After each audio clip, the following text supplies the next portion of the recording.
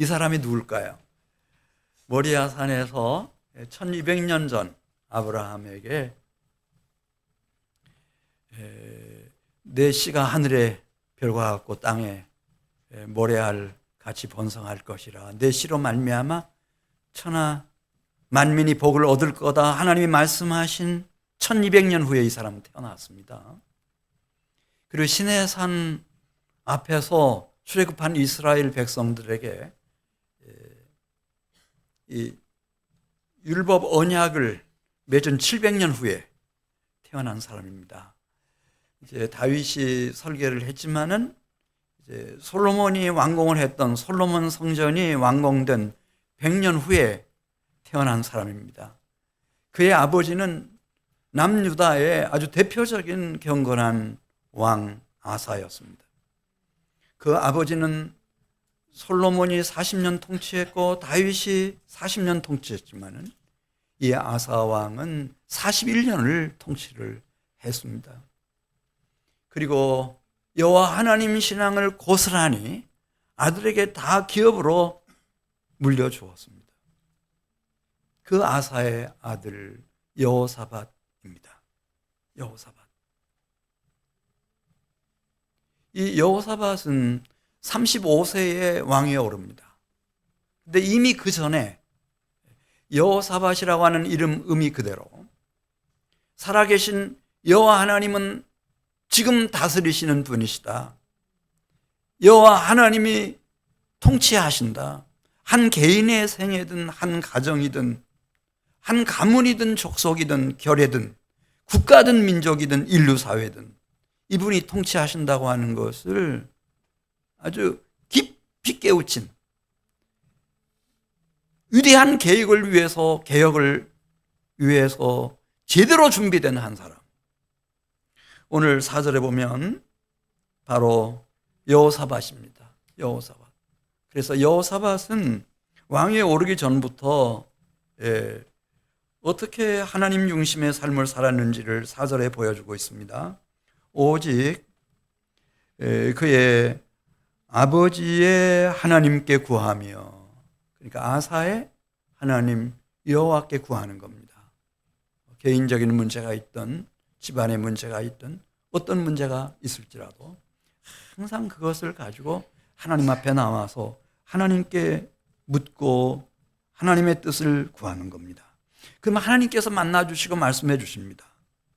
그러면 이 여호사밧은 하나님께서 들려주신 말씀, 이 계명을 지켜 행합니다.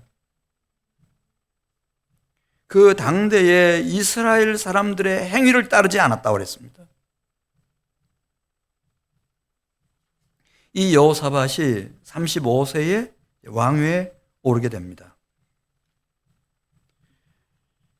그 왕위에 오르고 난 후 역대하 17장 6절에 있는 말씀을 보면은 그의 통치의 이념, 그 개혁의 목표는 하나입니다. 어떻게 하면 미혹받는 이 백성들을 하나님께로 돌아오게 할 것인가. 그래서 6절에 있는 말씀 보면 그가 전심으로 한 일이 있습니다. 본인이 먼저 여호와의 길을 걸으면서 앞에서 말씀드린 것처럼 여호와 하나님께 크고 작은 문제를 묻고 여호와 하나님이 말씀해 주시고 그 말씀하신 바를 지켜 행하고, 이게 여호와의 길이거든요. 이 길을 먼저 솔선수범해서 걸어가면서 유다 전역에 있는 산당들이며 아세라 목상들을 유다에서부터 다 제거해냈습니다. 이게 개혁입니다. 그리고 유다 백성들로 하여금 하나님께로 돌아오도록. 역대하 17장 9절에 있는 말씀을 보면 그냥 대충 개혁하는 그런 게 아니고, 이 여호사밧은 자기 휘하에 있는 방백들 중에, 레위인들 중에, 제사장들 중에 가장 경건한 신하들을 뽑습니다. 하나님의 말씀, 율법에 정통한 사람들을 선발을 해서 그들을 유다 모든 성읍에 다 보내가지고 백성들에게 여호와의 율법, 하나님의 말씀을 가르치도록 했습니다. 충분히 시간을 주고 난 이후에는 역대하 19장 4절에 보면 점검을 나섭니다. 이때 다른 사람을 보내지 않고 놀랍게도 역대하 19장 4절에 보면 여호사밧 왕이 직접 일어나서 어디까지 찾아가나 저 남쪽 국경선 최남단 성읍인 브엘세바에서부터 시작해가지고 그 아사 왕이 확보해 두었던 원래는 북이스라엘에 속했던 에브라임 산지 민간인들 사는 곳까지 다 찾아다니면서 이들이 제대로 하나님의 말씀을 공부하고 율법을 공부했는지 다 체크하고 그리고 그들에게 초청을 합니다. 이게 이제 역대하 19장 4절에 나오는 여호사밧 개혁의 중심 사상입니다. 그대들의 조상의 하나님 여호와께로 돌아오라 이겁니다. 여호와께로 돌아오라. 여호와께로 돌아오라. 여호와께로 돌아오라.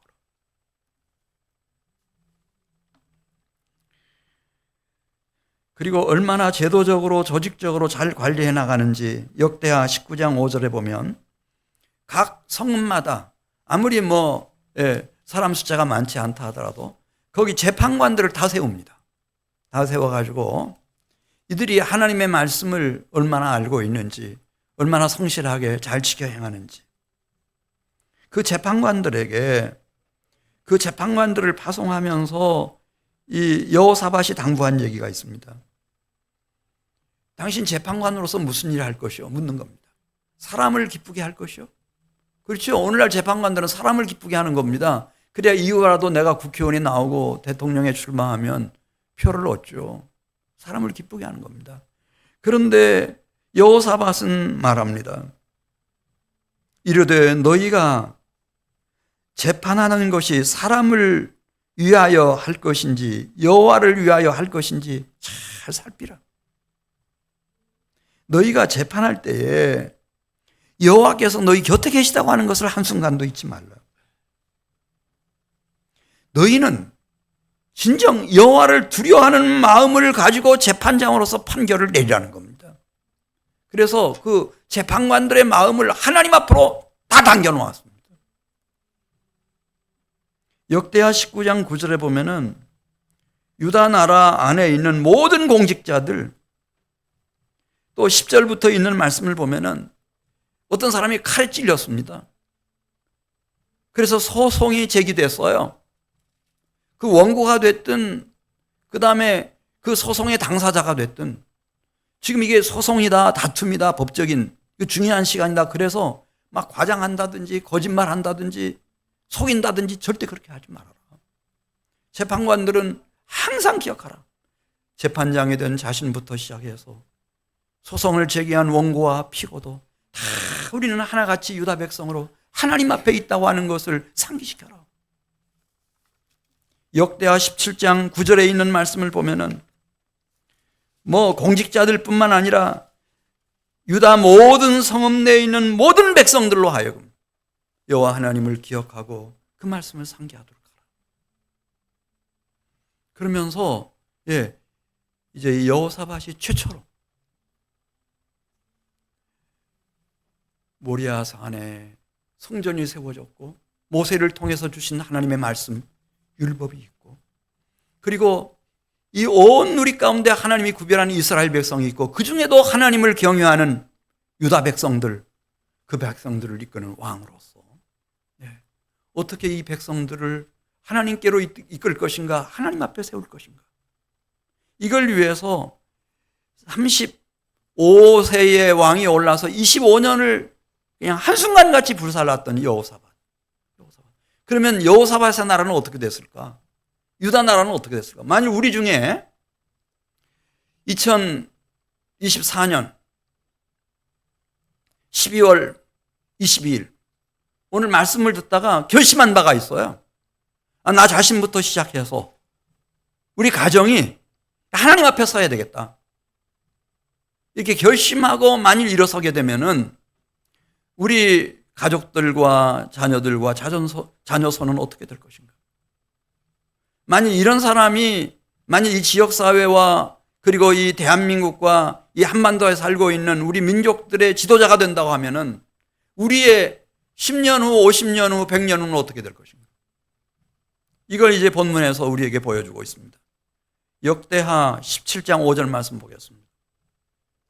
하나님이 이런 여호사밧이 다스리는 나라를 어떤 나라가 되게 하셨죠? 견고하게 서 있는 나라. 그리고 그 땅에 소속된 모든 사람들은 평화를 누리는 나라가 되게 해주셨습니다. 역대하 17장 5절 같이 읽습니다. 시작. 그러므로 여호와께서 나라를 그의 손에서 견고하게 하심에 유다 무리가 여호사밧에게 예물을 드렸으므로 그가 부귀와 영광을 크게 떨쳤더라. 그리고 국제사회에서는 여호사밧이 통치하는 유다 나라의 위상이 어떻게 되어 있는지 10절 말씀합니다. 그 위상이 어떻게 되어 있죠? 여호와께서 유다 사방의 모든 나라에 두려움을 주사 여호사밧과 감히 싸우고자 하는 사람이 없도록 만들어 놓으셨습니다. 워낙 경건하고 훌륭한 사람이니까. 11절 보면은 주변 나라들이 블레셋부터 시작해서 여호사밧을 찾아오는데 빈손으로 찾아오지 않습니다. 블레셋 사람들 중에서는 여호사밧에게 예물을 드리며 은으로 조공을 바쳤고 또 그 주변에 또 동쪽으로는 다 아라비아 지역 아닙니까? 아랍 지역.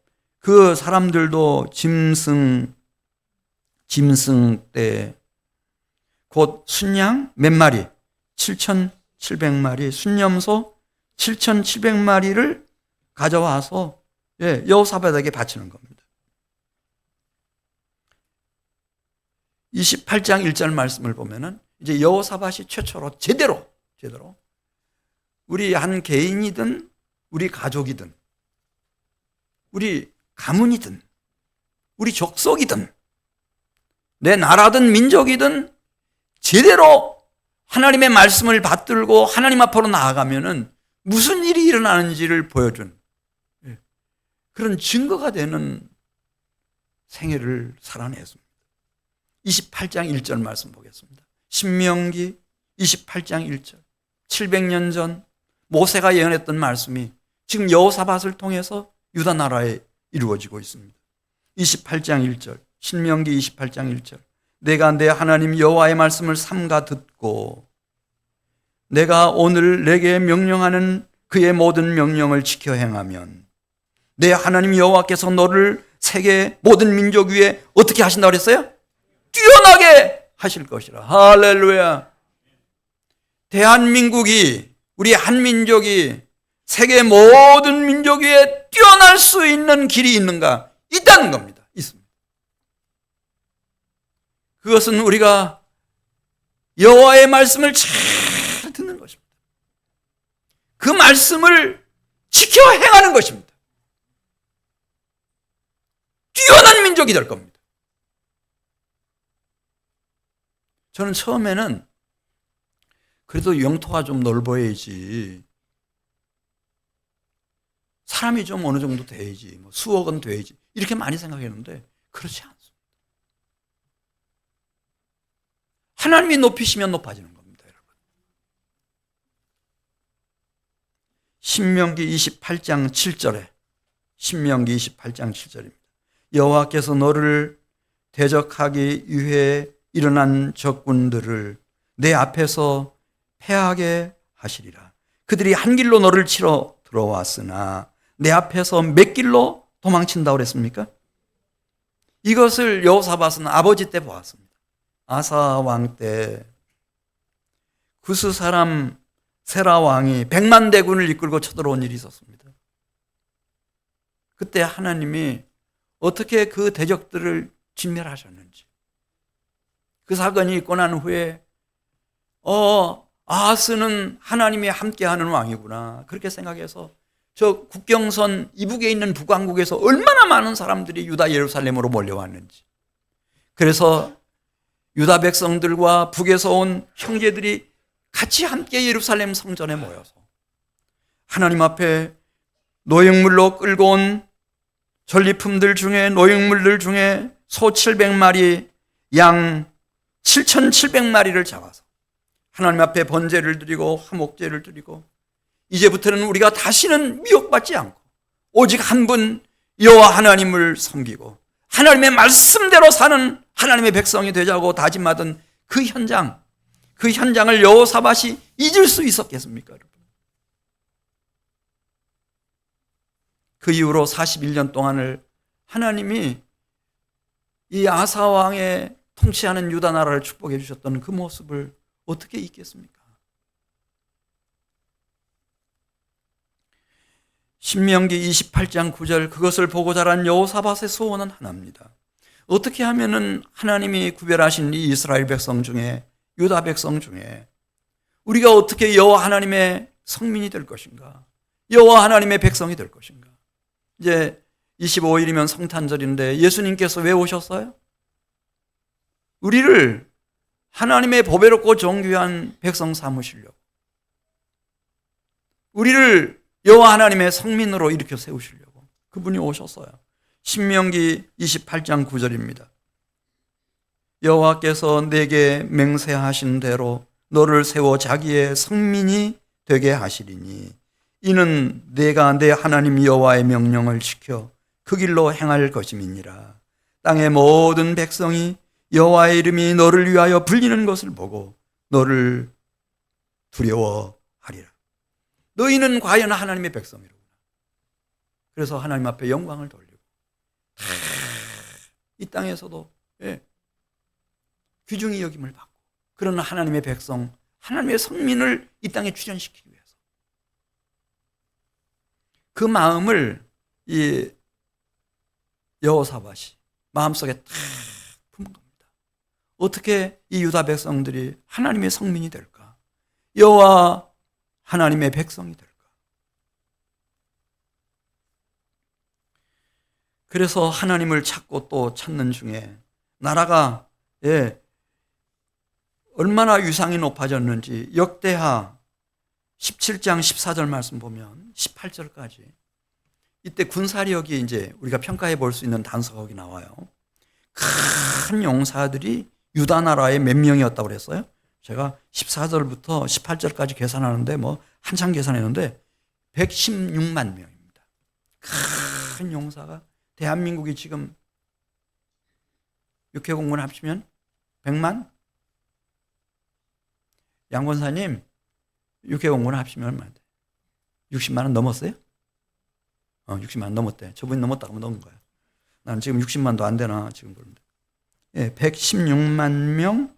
그리고 역대하 17장 19절 말씀 보면은 이 사람들 116만 명은 예루살렘과 그 수도권을 왕을 중심으로 이렇게 편성된 부대이고 19절 하반절 말씀 보면 이 외에 또 유다 성읍들이 많지 않습니까?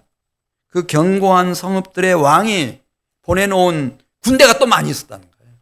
이 군대가 예를 들어서 14만이라 그렇게 친다고 할 것 같으면 이게 130만이 되는데 116만에다가 14만을 더하면 130만이 되는데 이거는 언제 기록인고 하면 이건 신기록이에요. 다윗이 왕으로 이스라엘을 통치할 때 요압이 너무 자신감이 붙은 이 다윗이 도대체 전쟁이 발발하면은 우리가 정예부대로 투입시킬 수 있는 장정의 수가 얼마냐 이거 조사하라 그래가지고 보고서 올라왔는데 130만 명이었어요. 사무엘하 24장 9절에 나오죠. 130만 명. 그러니까 그 다윗 시대의 그 군사력을 거의 육박하는 거예요. 거기까지 올라갔어요. 그러니 여호사밧이 통치할 때 유다 나라는 어떤 나라였나? 역대하 20장 30절 보겠습니다. 역대하 20장 30절. 여호사밧의 나라가 태평하였으니 이는 그의 하나님이 사방에서 그들에게 무엇을 주셨다고 그랬죠? 평강을 주셨어요. 평강.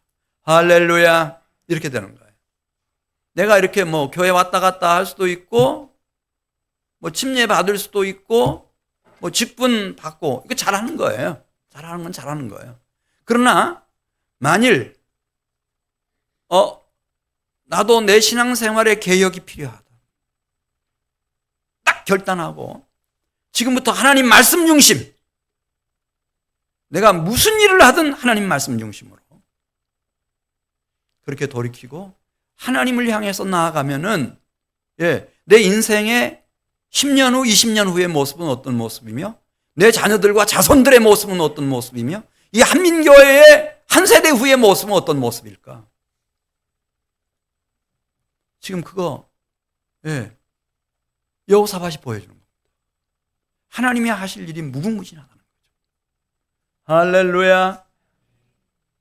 그럼 하나님은 그런 일들을 어떻게 수행해 나가시는지 이거 말씀드리고 마치려고 해요.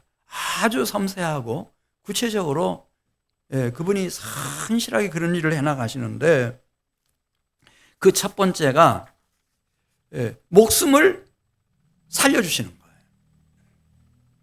누구든지 다 아킬레스건처럼 약한 부분이 다 있죠. 다윗도 다윗 나름대로 약한 부분이 있었고 여호사밧도 마찬가지였어요. 여호사밧이 막 이 정이 굉장히 많았는데 특별히 자기 동족에 대한 그 애정이 막 어마어마했던 것 같아요. 그래서 아무리 선지자들을 통해서 하나님이 말씀하셔도 그걸 억제를 못해요. 그래가지고 사마리아를 찾아가지 않습니까? 그리고 아벡에 이끌려가지고 바단 아람 길르앗 라못이죠. 이 아람 그 소유를 그 당시에 돼 있던 길르앗 라못 전투에 참전을 하게 됩니다. 근데 그때 전투는 어떤 전투였는가 하면은 막 마지막 한 명까지 다 사살을 해야 전쟁에서 승리하는 그런 전쟁이 아니고 왕을 죽이면은 그 전쟁은 승리하는 전쟁인 거예요. 왕을 제거한 편에서 승리하는 거죠. 근데 이 아합이 얼마나 교활한지 여호사밧한테 얘기하는 거예요. 당신은 왕복을 입고 출전하시라. 나는 최전선에 가서 싸워야 되기 때문에 나는 전투복으로 갈아입어야 되겠다. 이렇게 한 거예요. 속에 가본 입고 이제 변장을 하고 숨어들었어요. 누가 이스라엘 왕 아합인지를 찾을 수 없도록 그렇게 놨어요. 전쟁 시작이 되니까 이 아람 병거의 지휘관들이 막 순식간에 벌떼처럼 누구를 에워쌌죠? 여호사밧을 에워쌌어요. 그때 자기도 모르는 사이에 여호사밧이 그렇게 소리쳤을 거예요. 나는 이스라엘의 왕이 아니다. 들어보니까 그렇잖아요. 같은 이 조선 사람들이라 하더라도 북한 말씨가 다르고 남한 말씨가 다르지 않습니까? 근데 거기 하나님이 어떤 사람이 알아듣게 했다는 거예요. 그 지휘관들 중에. 그래서 가까이 가서 뭐라고? 나는 이스라엘 왕이 아니요. 딱 얘기하는 거예요. 보니까 아니에요. 이 아합이 아니란 말입니다. 그래서 하나님께서 이 여호사밧을 멸하기 위해서 덤벼든 이 아람의 병거 지휘관들을 다 흩어버리시잖아요. 그래, 정말 어렵게 하나님의 특별한 도움으로 그의 목숨이 구해집니다. 근데 그때 변장을 하고 숨어들었던 아합은 어떤 일이 벌어지죠? 이 아람 군대 궁수 한 사람이 막 힘껏 화살을 당겨가지고 화살을 쏘았는데 이게 갑옷 솔기 사이를 뚫고 심장을 관통했어요. 거기서 아합이 죽죠. 그걸 본 거예요. 누가? 여호사밧이. 같은 날, 같은 전쟁터에서 같은 아람 군사들과 싸웠어요.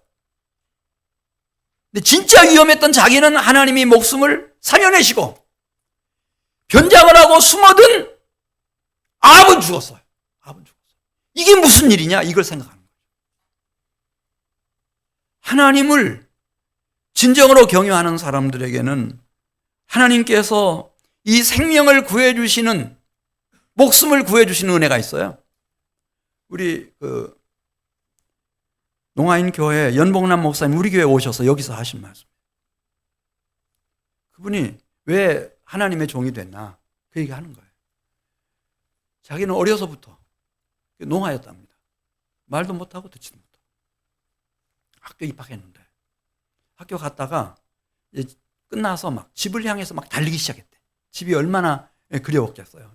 1학년짜리가 뛰기 시작했는데 철길이 있는데 그냥 철길인지 생각지도 못하고 그냥 달리다가 달려오던 기차하고 그냥 부딪혀버린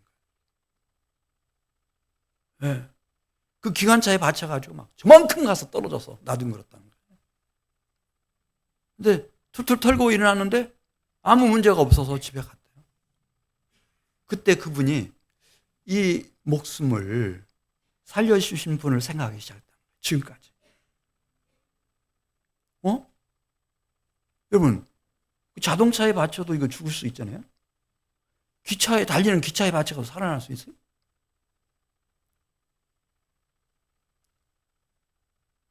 이 하나님, 생명을 구해주시는 하나님, 목숨을 구해내시는 하나님, 이 하나님. 그러니까 성경의 스토리는 다 그거예요. 노아 이 홍수 심판으로 이 세상을 다 쓸어버리실 때 노아와 그 가족들이 하나님의 특별한 역사하심으로 목숨을 구원받았다. 에서 형의 칼날에서부터 야곱의 목숨이 생명이 구함을 받았다. 형들의 소나귀에서 깊은 우물 속에서 하나님이 요셉의 생명을 구해내셨다. 참소하는 자 사탄 마귀의 무자비한 공격 속에서 욥이 그 생명의 구함을 받았다. 모세가 나일 강물에 버려진 갈대 상자 속에서 그 생명이 구조를 받았다. 여호수아와 갈렙이 40년 멸망의 광야에서 그 생명이 구조를 받았다. 기드온과 300용사들이 미디안의 군사들의 공격에서부터 목숨을 다 하나님이 구해주셨다. 다윗이 사울왕의 창과 칼에서 골리앗 앞에서 그 어린 소년 다윗의 목숨을 구해주셨다. 히스기야가 아수르 사내립 군대 18만 5천 명에게 포위당했을 때 도저히 살아날 수 없는 중병으로 죽어가고 있었을 때 그분이 이 히스기야의 목숨을 구해주셨다. 다니엘이 사자굴 속에 던져졌을 때 그분이 다니엘의 목숨을 구해내셨다. 그의 친구인 사드락 메삭 아벳노고가 풀무불 속에 던져졌을 때 그 풀무불 속에서마저 그분은 그 친구들을 그 목숨을 구해내셨다. 요나가 깊은 바닷속에 던져졌고 물고기 뱃속에까지 들어갔는데 거기서까지 그분은 요나의 목숨을 구해내셨다. 나사로는 죽어 무덤 속에 이미 장례가 끝났는데 거기서 이분이 그 생명을 살려내셨다. 바울은 돌에 맞아 불모독이 속에 버려져 있었는데 그분이 이분의 생명을, 목숨을 다시 일으키셨다. 그겁니다. 내 생명, 내 목숨을 주관하시는 하나님이 살아계신다고 하는 것. 이 생명에 대한 권한은 나한테 없습니다. 당신의 형상대로 내 생명과 목숨을 지으신 하나님, 그리고 여전히 나를 향해서도 생육하고 번성하고 충만하라고 축복하시는 하나님, 그분의 권한 하에 다 있습니다. 우리의 생명과 우리의 목숨의 창조주이시며 주권자이신 그분의 도우심입니다. 그분의 도우심으로 이기는 겁니다.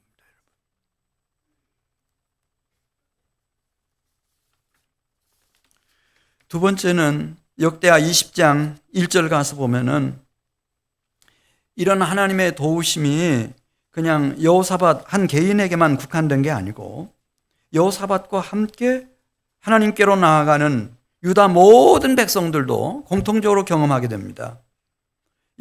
이번에는 유다 나라를 쳐들어오는데 그냥 한 나라가 쳐들어오는 게 아니고 20장 1절 보면 모압 자손들이 쳐들어옵니다. 동맹을 맺은 암몬 자손들 쳐들어옵니다. 마온 사람들 쳐들어옵니다. 성서학자들은 저 남쪽에 있는 미디안 사람들이라고 말합니다. 세일산 사람들이 쳐들어옵니다. 에돔 사람들입니다. 쳐들어옵니다. 남쪽에서. 이들이 저 동편에 있는 아람 나라하고 손을 잡고 거기 들렸다가 쳐들어옵니다. 그때 여호사밧이 역대하 20장 12절에 있는 말씀 보면 하나님 앞에 이렇게 말씀드립니다. 역대하 20장 12절 우리 하나님이여 그들을 징벌하지 아니하시나이까 우리를 치러오는 이 큰 무리를 우리가 대적할 능력이 없고 어떻게 할 줄도 알지 못하옵고 오직 주만 바라보나이다 하고 그냥 성전에 안에 그 여자들까지 젖먹이들까지 어린 것들까지 다 같이 모여서 그냥 하나님만 기다리고 있어요. 그때 거기에 모여있는 야하시엘에게 여호와의 영이 임했습니다. 그리고 그가 일어서서 하나님께서 주시는 말씀을 선포합니다. 너희는 이 큰 무리로 말미암아 두려워하거나 놀라지 말라. 이 전쟁은 너희에게 속한 것이 아니요 하나님께 속한 것이니라. 마치 추락입한 이스라엘 백성들이 앞에는 홍해 바다가 가로놓여져 있고 뒤에는 애굽의 바로와 그 병거들이 막 몰려와가지고 에워싸 포위망을 좁혀오기 시작할 때 하나님의 말씀을 받은 모세가 일어나서 너희는 두려워하지 말고 가만히 서서 여호와께서 오늘 너희를 위하여 행하시는 구원을 보라. 너희가 오늘 본 애굽 사람을 영원히 다시는 보지 아니하리라. 여호와께서 너희를 위하여 싸우시리니 너희는 가만히 있을지니라. 그랬던 것처럼 하나님께서 아마 여호사밧 휘하에 있는 총사령관에게 지혜를 주셨어요. 복병을 사용하라. 전술 전략입니다. 복병. 워낙 여러 곳에서 모여가지고 막 누가 누군지도 잘 모릅니다. 말도 안 통하고 나라마다 다 말이 다르니까 복장도 다 다르고. 근데 그들이 벌써 이렇게 침범한 지역은 유다 영토였습니다. 유다 사람들은 너무 잘 압니다. 지형도 잘 알고 지리도 잘 알고. 그래서 사람들을 보내가지고 깜깜한 밤중에 외지에서 온 사람들은 도저히 어디가 어딘지를 분간을 못하지만 그 지역에 살고 있는 사람들은 다 알 거 아닙니까? 복병을 사용합니다. 다음날 해가 밝았습니다. 여호사밧과 제사장과 레위인들은 하나님이 주신 약속 때문에 감사하며 감격하며 기쁨으로 찬양합니다. 하나님을 찬양하고 성축합니다. 근데 저 산 너머에서 전쟁이 시작이 된 겁니다. 근데 거기에 이게 잘 소통이 안 되니까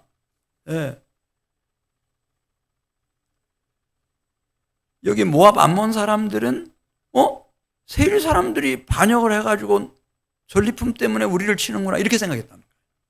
그래서 에돔 사람들하고 모압 암몬 사람들하고 막 싸워요. 나중에 어찌어찌 하다 보니까 또 모압하고 암몬하고 싸우게 됐습니다.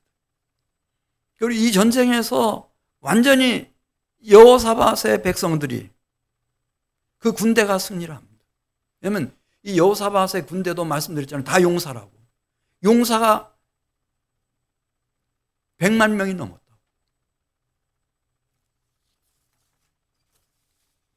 그래야 하나님이 유다 백성들을 다 구해내시는 겁니다. 이 은혜.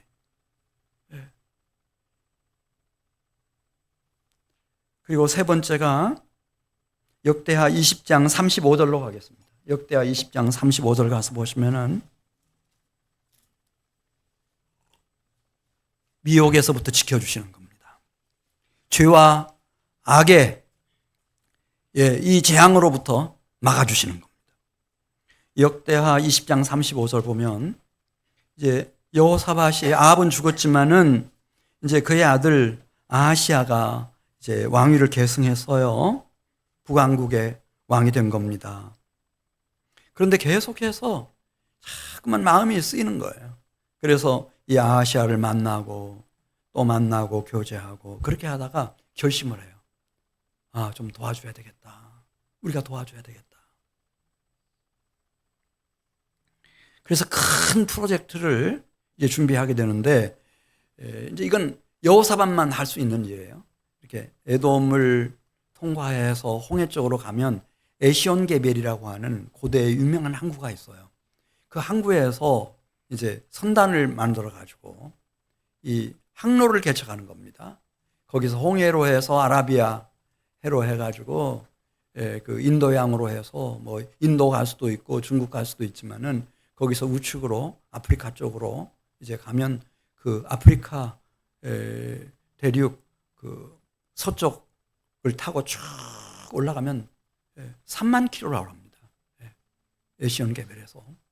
그래서 이제 계속 올라가면은 스페인 쪽에 지브롤터 해협이 나오고 그 해협을 통과하면 다시스가 나오는데 그 해로를 개척해 가지고 큰 무역을 해야 되겠다. 그래서 경제적으로 좀 남유다도 잘 살지만 북이스라엘도 잘 사는 나라가 되도록 경제적인 도움을 줘야 되겠다. 그런 생각을 한 것 같습니다. 그런데 하나님이 역대하 20장 37절에 있는 말씀 보면 엘리에셀을 보내가지고 그 아하시아하고 교제하지 말아라. 그 아하시아는 심히 악을 행하는 자다. 이 세상은요, 이 죄와 악에 대한 관념이 없어요. 쭉 읽어보면요, 밑바닥에 그냥 결핍이라고 그래요. 죄와 악이 없다는 거예요. 그냥 배움이 없어서, 돈이 없어서, 소양이 부족해가지고. 이 제도가 미비돼서 그 결핍 때문에 이렇게 어려운 일이 생기고 죄를 짓는 거지 그냥 다 잘 교육시키고 환경이 좋고 다 그러면 죄 안 짓는다는 거죠. 근데 성경은 그렇지 않거든요. 악인이 있어요. 아합은 악인이었어요. 이세벨도 악인이었어요. 아달리아도 그의 딸인데 악인이었어요. 여기 아하시아도 악인이에요. 하나님이 그걸 말씀하시는 거예요. 안 된다. 깊이 같이 섞이게 되면은 아합에게 어려움 당한 것처럼 그 이상의 어려움을 네가 당할 수 있다. 그리고 지금 하는 일은 하나님의 역사에 아무런 도움이 안 돼요. 여러분 생각해 보세요. 우리가 저 아프리카 뭐 희망봉 있는 그쪽에서 남아공 쪽에서 어떤 사람이 와가지고 한국에 복음 전했다고 생각해 보세요. 또 뭐 인도 사람이나 동남아에서 와서 복음 전했다고 생각해 보세요. 그 사람들 복음화율 자체가 낮아요. 일본 사람이 왔다고 생각해 보세요. 우리가 복음 잘 받아들이겠어요? 안 되죠. 복음화율이 너무너무 낮아요. 되질 않아요. 그러니까 하나님은 오직 요빠 항구하고 두루 항구를 사용하기를 원하셨어요. 그러니까 유다라고 하는 나라가 존재하는 동안에 어려움이 올 때도 오겠죠. 이 지도자들이 이 초점을 잃어버리면 어려운 날이 올 거예요. 그때 백성들이 흩어질 때 다메섹으로 가고 수리아 안디옥으로 가고 다소로 가고 갈라디아 지역으로 가고 소아시아로 가고 마케도니아 헬라로 가고 저 로마 유럽으로 가고 그래서 거기서 회당을 짓고 거기서 하나님을 예배하고 그래서 나중에 사도들이 그 회당에 들려서 하나님 말씀을 전하고 복음을 전하고 주의 백성들을 일으키고 이 세상을 복음화하고 성민들이 막 일어나고 하나님의 이런 하나님의 큰 프로젝트에 아무런 도움이 안 되는 거예요. 그래서 결국 어떻게 해요? 말을 듣지 않으니까 하나님께서 에시온게벨에서 만들고 있었던 그 배 선단을 다 박살을 내버려요. 박살을. 거기 손떼도록 만들어줘요. 이게 은혜예요. 우리가 미혹받지 않도록 죄와 악이 우리를 덮어버리지 않도록 이걸 위해서 그리스도 예수께서 오셨어요. 대속의 은혜로 우리를 이 죄악의 사망의 저주의 독에서부터 우리를 보호해 주시고 그 독을 막아 주시려고 그분이 오셨어요. 그래 예수님이 제자들에게 말씀하시잖아요. 기도 가르치면서 시험에 들지 않게 어떻게 하라 그랬죠? 깨어있어 기도해라. 바울도 고린도후서 6장 14절에서 너희는 믿지 않는 자와 멍에를 함께 매지 말라. 의와 불법이 어찌 함께하며 빛과 어두움이 어찌 사귀며 그리스도와 벨리알이 어찌 조화되며 믿는 자와 믿지 않는 자가 어찌 상관하며 하나님의 성전과 우상이 어찌 일치가 되리요. 자, 우리 중요한 말씀. 근데 우리에게 희망이 있는 것은 히브리서 7장 25절입니다. 하나님이 당신의 독생자를 보내셨어요. 그리스도 예수께서 우리를 이 미혹에서부터 건져내셔요.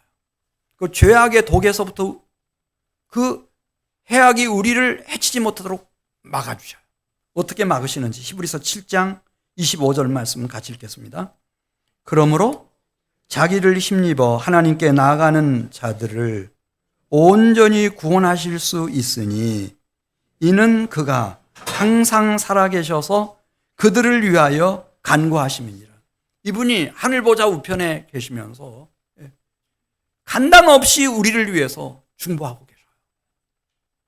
그래서 대속의 은혜가 우리를 덮도록 죄, 악의 독이 우리를 해치지 못하도록 딱 막아주시는 거예요. 이 은혜가 있어요.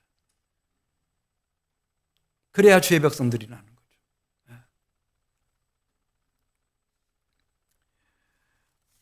자, 하나만 더 말씀드리고 마치도록 하겠습니다. 역대하 20장 31절 가서 보면은 마지막에 도우시는 도우심이 있어요. 이게 성령의 도우심인데요. 지금 제가 세 가지 말씀드리는 거예요. 어떻게 우리가 하나님을 찾으면은 결국 개인이든 가정이든 가문이든 족속이든 결여든 잘 될 수밖에 없는지, 여호사밧이 왜 그렇게 참 축복의 왕이 됐는지, 하나님이 목숨을 구해내신다는 거, 생명을 구해내신다는 거. 또 한 가지는 하나님이 보내신 그리스도 예수께서 우리를 죄와 독에 해독에 쓰러지지 않도록 막아주신다는 거.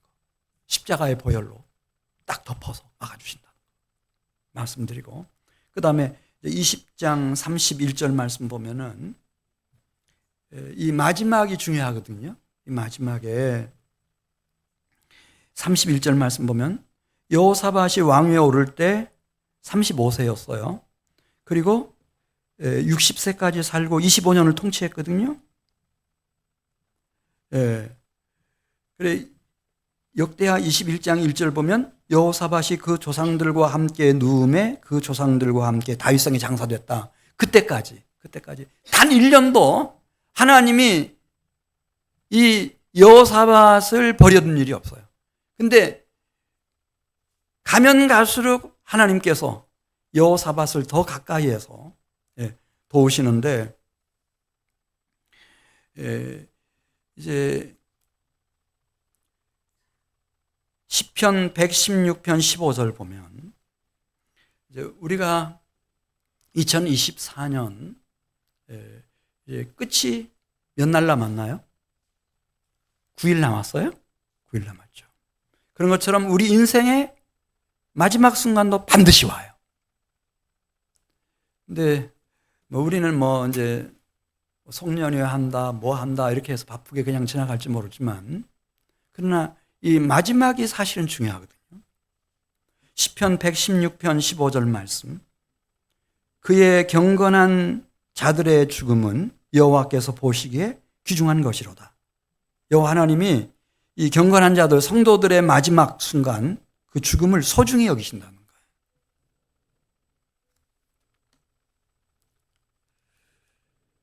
결국은 이 마지막이에요. 야곱이 있었죠.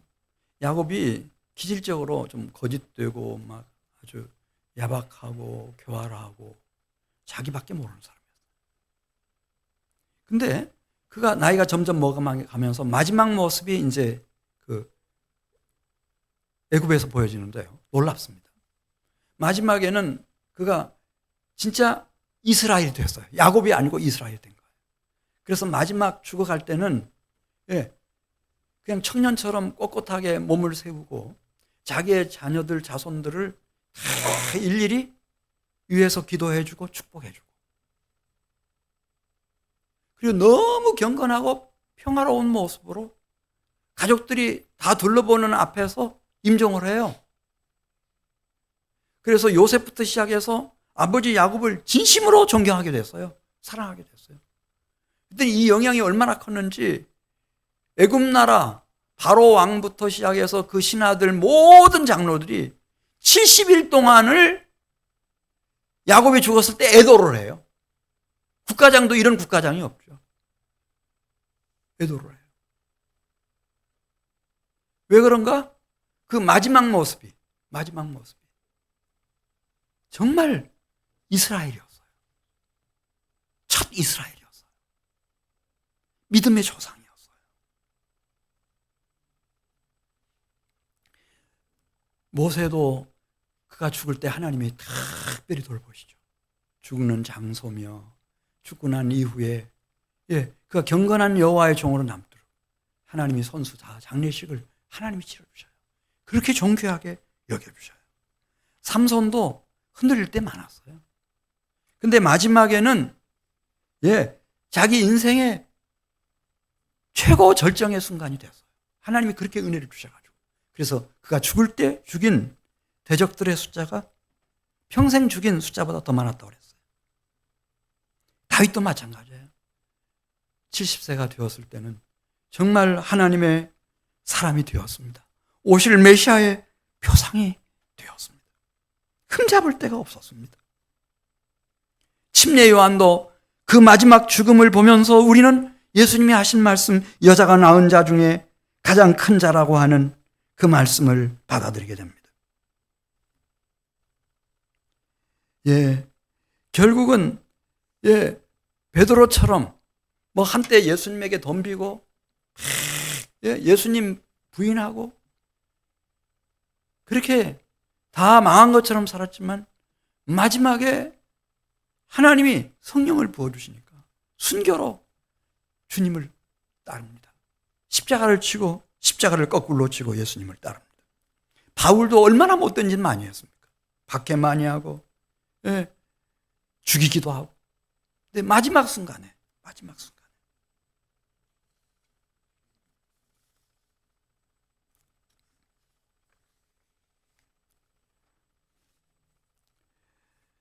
잘 하다가도 이 마지막이 잘못되면은 이건 대책이 없습니다, 여러분. 이 다윗과 일평생을 동고동락했던 제사장 아비아달 아시죠?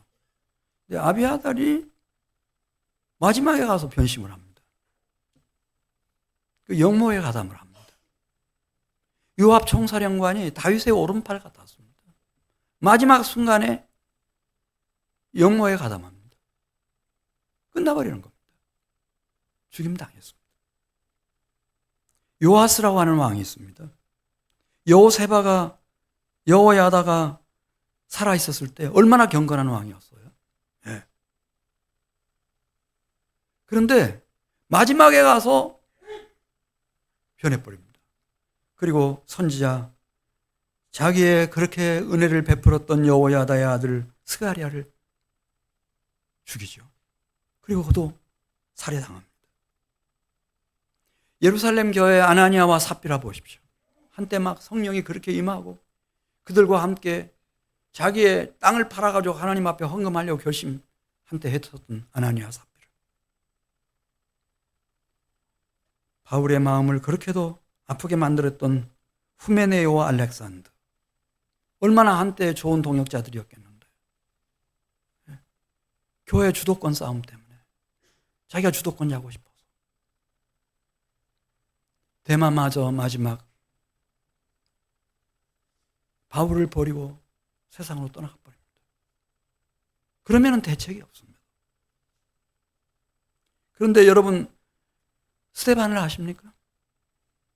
스데반이 복음을 전하는 순간이었습니다. 하늘이 열렸습니다. 하나님의 영광이 막 비춰들고 그 영광의 보좌 우편에 인자이신 예수님께서 서 계십니다. 너무 가슴이 벅차고 뜨거워져서 그 예수님을 증언할 때 이 복음을 듣기 싫어하던 유대교 지도자들이 돌멩이로 스데반을 내려칩니다. 돌에 맞아 쓰러졌던 스데반이 꿈틀거리더니 일어나서 주 예수여 내 영혼을 받으시옵소서. 또 푹 쓰러지더니 이번에는 마지막 사력을 다해서 무릎을 꿇고 앉아서 하늘을 향하여 크게 부르십니다. 주여 이 죄를 저들에게 돌리지 말아 주십시오. 스데반의 마지막 시간은 작은 예수의 모습 그대로였습니다. 스데반에게 성령이 부어진 것입니다.